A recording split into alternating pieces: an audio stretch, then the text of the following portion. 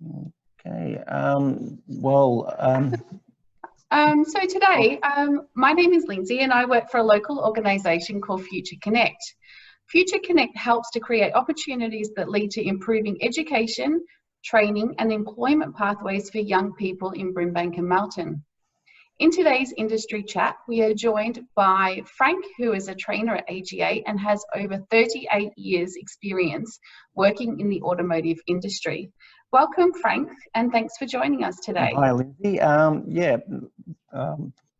So welcome, thank you. Likewise, yeah. Now, we are going to jump right in and give you a chance to tell us all about your career journey. So how did you get to where you are today? Well, with my career, I just sort of started off as a hobby, really, and it just ventured on into a profession. It's been 4 years. It's a 4-year apprenticeship I actually did as a automotive machinist, and that was with back in Melbourne with a crowd called Kangan, and and I ventured off to my own business for about 20 odd years as well, and here I am teaching now, passing on all that knowledge on to the students. Yeah, it's great. So in terms of, so you've always worked in automotive as in mechanics? It's all mechanical, yeah. Engine reconditioning is actually another area of automotive, and that's actually just building the engines mainly. And I actually also did a lot of high performance work, which involved a lot of vehicles like race cars, drag boats, things like that. And there was all the high technical side of it, which we needed to get the most out of these little motors. Yeah. So before you started your apprenticeship, was becoming a mechanic and working in automotive something that interests you? Was it a passion of yours? It always was, but I probably would have liked to have got into something more technical earlier on in my life, but it just never really worked out that way. And I just fell into something I was actually able to do without too much. It was a passion, actually. It was a passion like I was saying. It was as a hobby. It just sort of ventured off into a profession. Yeah, really. Excellent. Yeah. And I imagine that once you had the opportunity to work with high performance vehicles, that would have been quite exciting to be working in that environment as well? Yeah, every day was different. Whether it was actually working on a normal passenger vehicle, just doing a small tune-up to something like on a dyno and tuning a high performance vehicle. Every day was pretty much different. It was all different, yeah. You weren't doing the same thing every day. Every day. And that does take me into my next question, and that is about what does your work day look like? So I want to do it, I want to think back to when you were an apprentice. So if you could tell us what an average day would have looked like when you were an apprentice, and then we'll have a look at what your average day looks like now as a trainer.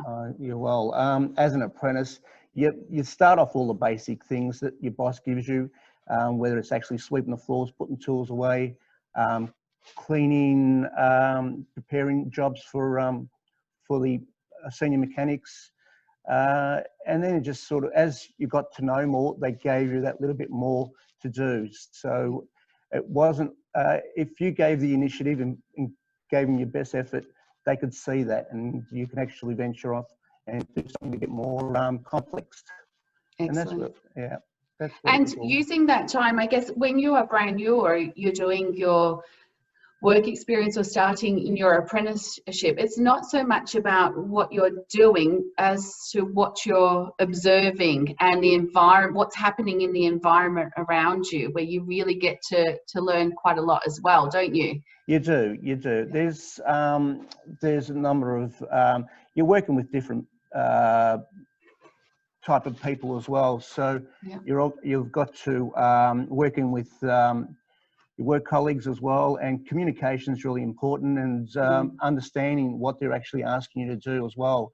And a lot of that comes from back at school and learning all the terminologies and things like that, so you can actually bring back to work and use all those new tools that actually were taught with mainly. And what made you want to become a trainer? I got to a stage in my life where I was sort of, not that I was actually bored with my work. I pretty much thought, well, it's almost time to hang up my boots type thing and sort of venture on to something else. And again, because with all the knowledge that I had with over the years working on cars, it just was easy to slip into something I was actually able to do. And I did have apprentices, which I was teaching anyway. Yeah. So whether I was actually teaching one apprentice or 15 or 20 apprentices in a classroom, it was no different, really. Yeah. It was no different. It was just a different type of teaching. Yeah. Great. And let's go to, you mentioned that you spent some time running your own business. I did. What did a day look like then? Okay, well, I was wearing many hats, whether it was actually at the counter and serving a customer, um, doing the work myself, or in the office dealing with all the paperwork, and that never stops. Whether you take it home or weekend, there's always something in the back of your mind what you need to do or cover as well. It was. It's a busy time, isn't it? It is. And if a young person was to get into automotive now, what sort of qualifications would they need? Okay, well, I'd recommend they actually get to year 12 and complete year 12.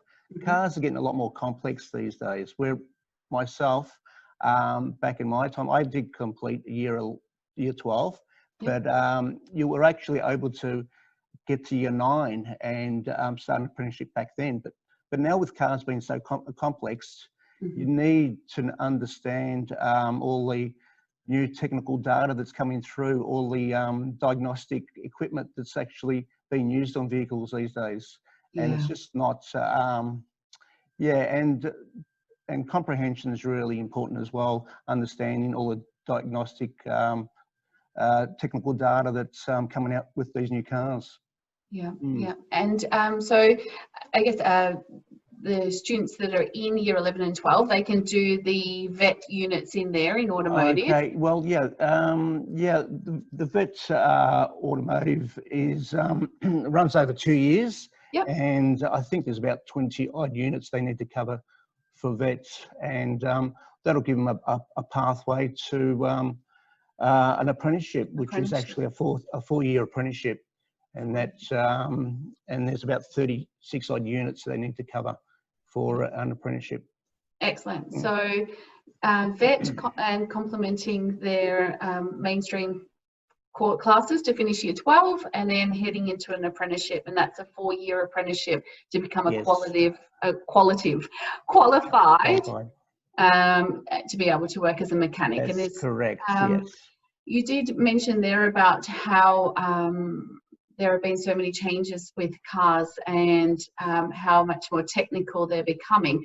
So at this point where we are at 2020, where do you see the industry going in 5 years' time? Look, electric vehicles are starting to play a big part in the industry now. There's also many different type of vehicles as well. So not just you learn how to, well, when I say electrical vehicles, there's also vehicles that are actually run on their own as well. So there's a lot of information that you need to understand on how they actually operate before you can actually work on them as well. With the environment, the way it's going, we need to understand that the old vehicles aren't really safe for the environment. So we need to venture down a path where it's going to be a safer vehicle. More sustainable. Sustainable, that's correct, yes. And what advice do you have for a young person who is interested in pursuing a career in automotive? Look, there's many different areas they can venture down, whether it's actually light vehicle or heavy vehicle, diesel. Diesels will still be around for a while to come. Transport, we still need things to be shifted from one state to another. So there's also mining as well. There's sales, there's spare parts that need to be addressed as well. There's many areas in automotive that they can get into, not just being a mechanic and just changing oil. There's many areas. There's also a car salesman if they like to be a car salesman. Yeah. You still need to understand the cars as well before you can actually try and sell one. So, yeah. Yeah. So it can take you anywhere, really. It does, yes. Yeah, it does. That's fantastic. So I think that's all of my questions today. Thank you so much for sharing your knowledge with us today. And I'm sure that all of our young people in Brewmaker Melton will be really appreciative of your time today, Frank. So thank you very much. Okay, thank you.